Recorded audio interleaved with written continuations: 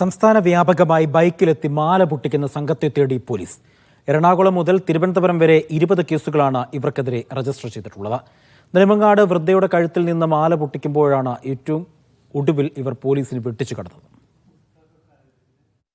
കഴിഞ്ഞ ഞായറാഴ്ചയാണ് നെടുമങ്ങാട് നഗരത്തിന് സമീപത്ത് വൃദ്ധയുടെ കഴുത്തിൽ നിന്ന് ബൈക്കിലെത്തിയ സംഘം 4 പവന്റെ മാല മോഷ്ടിക്കുന്നത്. മോഷ്ടാക്കളെ കണ്ടെത്താൻ CCTV ദൃശ്യങ്ങൾ പരിശോധിച്ചപ്പോഴാണ് സംഘം സംസ്ഥാനത്തിന്റെ മറ്റിടങ്ങളിലും സമാന മോഷണം നടത്തിയിട്ടുണ്ടെന്ന് വ്യക്തമാകുന്നത്. 20ഓളം കേസുകൾ ഇതേ സംഘത്തിന്റെ പേരിൽ വിവിധ ഇടങ്ങളിലായി രജിസ്റ്റർ ചെയ്തിട്ടുണ്ട്. എന്നാൽ ഇവരെ ഇതേവരെ പിടികൂടാൻ പോലീസിനായിട്ടില്ല. ഒരേ വാഹനത്തിലാണ് എല്ലായിടത്തും സഞ്ചരിക്കുന്നതെങ്കിലും ഓരോ തവണയും വാഹനത്തിന്റെ രജിസ്റ്റർ നമ്പറുകൾ മാറ്റുന്നത് പോലീസിന് കുരുക്കാവുകയാണ്. മോഷ്ടാക്കളെ കണ്ടെത്താൻ നെയ്യാറ്റിങ്കര DYSPയുടെ നേതൃത്വത്തിൽ വിവിധ സംഘങ്ങൾ രൂപീകരിച്ച് അന്വേഷണം ആരംഭിച്ചു.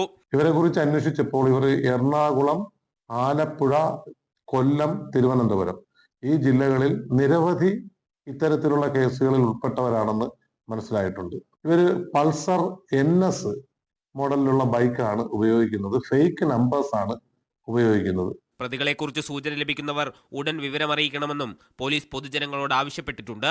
മീഡിയ 1 തിരുവനന്തപുരം.